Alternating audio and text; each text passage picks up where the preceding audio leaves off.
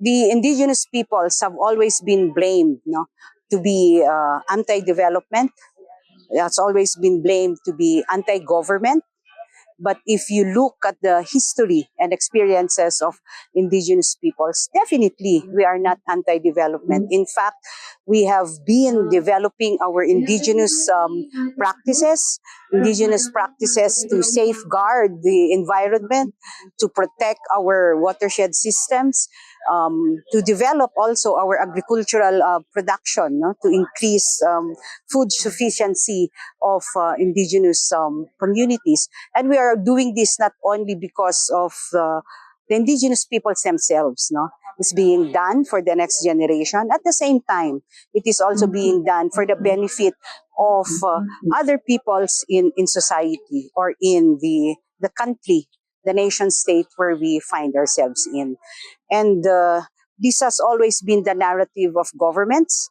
This has always been the narrative of private corporations, especially big businesses in mining, in energy, in agriculture, in medicine and pharmaceutical industry. This has also been the narrative of financial institutions like the IMF World Bank, the Asia Development Bank, including also this newly set up Import and Export Bank of capitalist industries.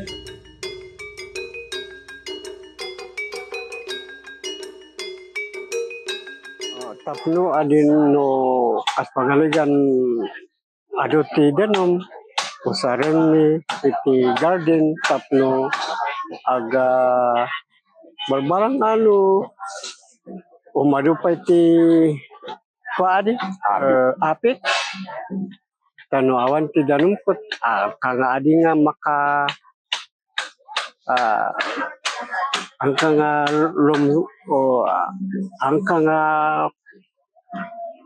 umanok adi umasinso no adati danom usaram iti garden kon usaran pa iti sumarsaruno nga generasyon tano awan ti makitan ti ubing nga kwa adi pabasulon dapat ti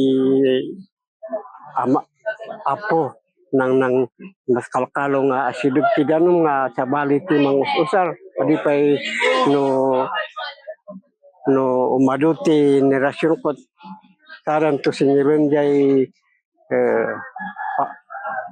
ama apay nga dakal ti danom dito ayan tayo kot dakan awan ti imbista asidog takokot isu da pa lang ti mang usar samantala nga asidog kami unada di nga mang singer.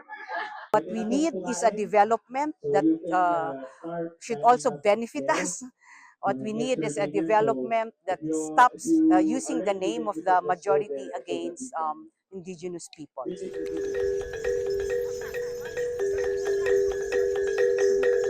For several decades already, the International Monetary Fund and the World Bank and similar financial institutions have been imposing programs, policies, and projects that undermine indigenous people's rights to self-determination and ancestral lands.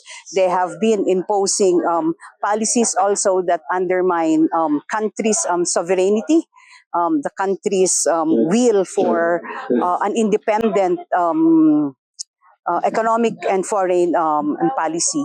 And they have all been using this in the name of development, but in fact they've been doing this for profit.